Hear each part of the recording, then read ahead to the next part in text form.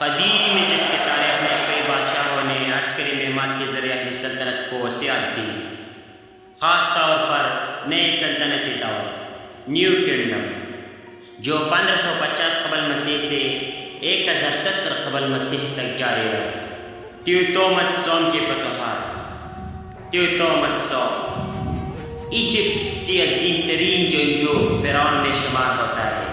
اس نے تقریباً 70 عسکری مہمات میں حصہ لیا اور شام، فلسطین اور میسوپوٹیمیا کے علاقوں کو فتح کیا۔ اس کی سب سے مشہور جنگ میگوٹو کی جنگ، دی بیٹل آف میگوٹو، جو 1457 قبل مسیح میں لڑی گئی۔ اس جنگ میں اس نے کنانی بادشاہ کی دیہات کو شکست دی اور مصر کی سرحدوں کو مزید شمال کی طرف وسعت دی۔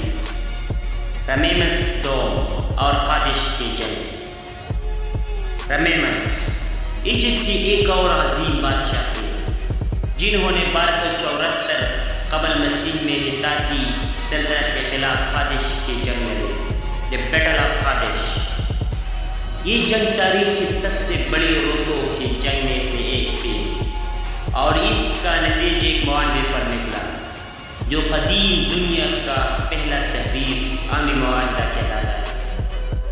اس جنگ نے مصر کو مشرق وسطیٰ میں ایک طاقتور سلطنت کے طور پر قیام رکھا۔ بطلیموس کے دور کی فتوحات۔ بطلیموس سلطنت جو سکندر اعظم کی فوت کے بعد قائم ہوئی، مصر میں یونانی حکمرانوں کا ایک نئی دور تھا۔ بطلیموس بادشاہوں نے بحری روم کے مختلف علاقوں میں اپنی طاقت کو وسعت دی، خاص طور پر سائپرس اور اناطولیہ میں۔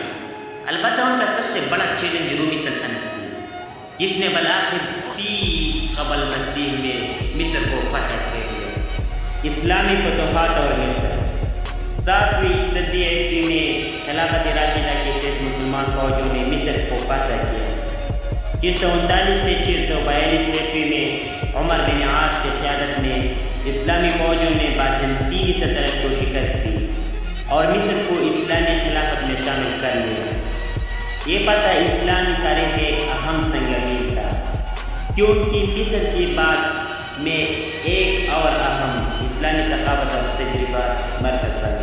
مملوک اور عثمانی فتوحات۔ مملوکی سلطنت 1250 سے لے کر 1570 کے دور میں ایجپٹ نے صلیبی جنگوں اور منگولوں حملوں کے خلاف کامیابی دفاع کیا۔